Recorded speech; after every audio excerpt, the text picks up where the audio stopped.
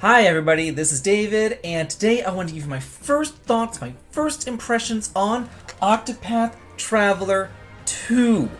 I've been playing this all weekend long. I'm roughly about 15 or so hours into this. I have just been playing this non-stop. I got a copy for my Switch in order to bring over the demo progress. And then I also ordered the collector's edition here for the PS5. So I have that. I still need to open up that box. I cannot wait to see what's inside of it. It is huge, it is glorious, it is beautiful. And yeah, can't wait to get cracking that thing open. But let's go ahead and start talking about this game and just why I love it so much. It's just so good. Lately, I've actually been a bit sick. I've had some health issues as usual. I've always been kind of a sickly kid, and now I'm a sickly middle-aged man, but hey, whatever. But I remember whenever I was a kid, and I broke my arm. I was in 4th grade, and my mother wheeled the Nintendo into my bedroom, and she also bought me Dragon Warrior 3. And I spent all week long home from school playing Dragon Warrior 3. I loved it.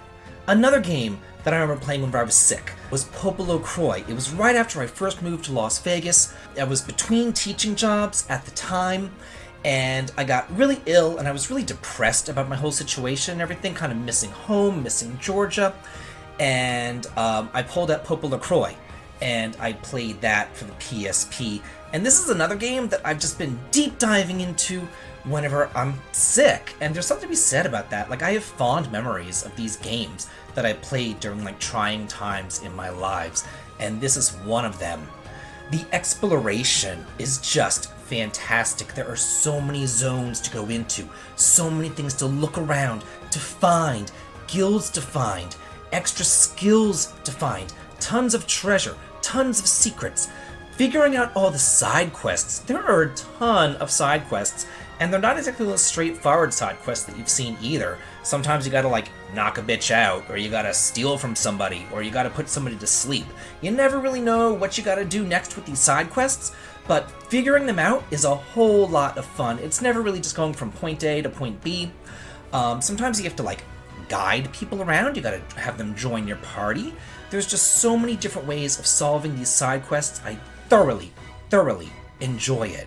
That being said, there's always just something to do as well.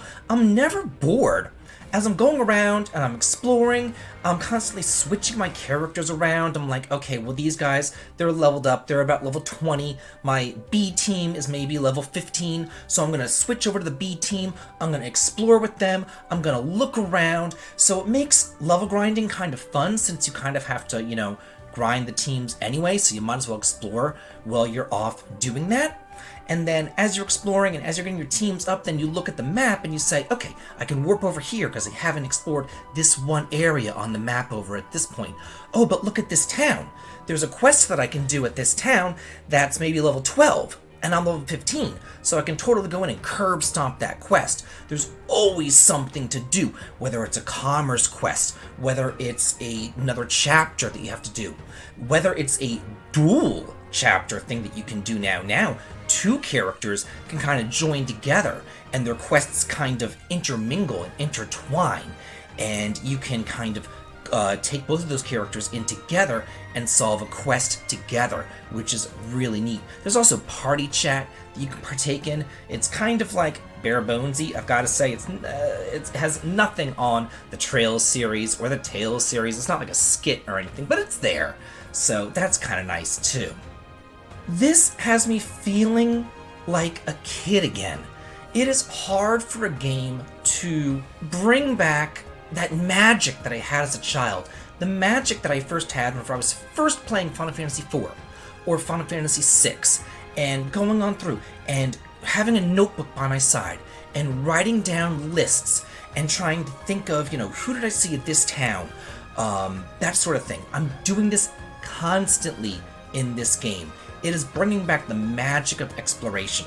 Sometimes whenever I go in to play a game and write a review, I get a couple of hours in and I think to myself, how much longer is this game? Am I done? Can I write the review? And I have never had that feeling yet with Octopath Traveler 2. I do not want this game to end.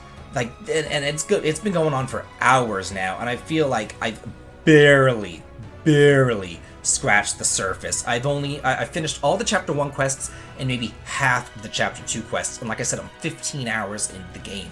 So if anything, I feel like I'm actually going a little bit quickly than normal. So this game is shaping up to be a good 40 to 60 hours. Easily, if you do everybody's quest and all that kind of stuff. This is just recapturing the magic of my childhood. Going in, making lists, making notes, saying, okay, there was a side quest of a guy over here in this town, and then I found his son over in this town. Maybe I need to guide them together. What do I do? How do I solve this quest? Where do I go? Maybe you find a danger zone and you think, okay, well, that danger zone is 30, but I'm level 20. I need to make a note of that. I need to go there later. That might be a good level grinding spot. I've been trying to find some great grinding spots, finding some great treasures. This is just the game of the year for me. I know that the year has barely begun, and maybe I'm a little quick to the jump here, but as far as I'm concerned, this is the game of the year for me. I know that there's still Trinity Trigger out there. I know that there's Trails to Reverie out there. Hell, I know that there's Final Fantasy 16 and Final Fantasy 7 Part 2 coming out, but I don't know if those games can topple this game for me. I've said it before, I'm a retro gamer at heart. This is what I love. This is what I enjoy. The graphical style, the turn-based battles, just the fun of the exploration, the enjoyment of it. That is what I love best. So I don't know if those more modern games can topple this throwback.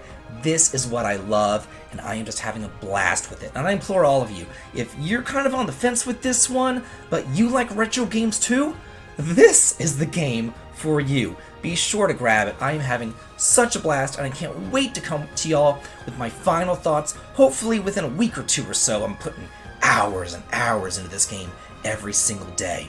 Hope you guys enjoy this, and as always, have a good day.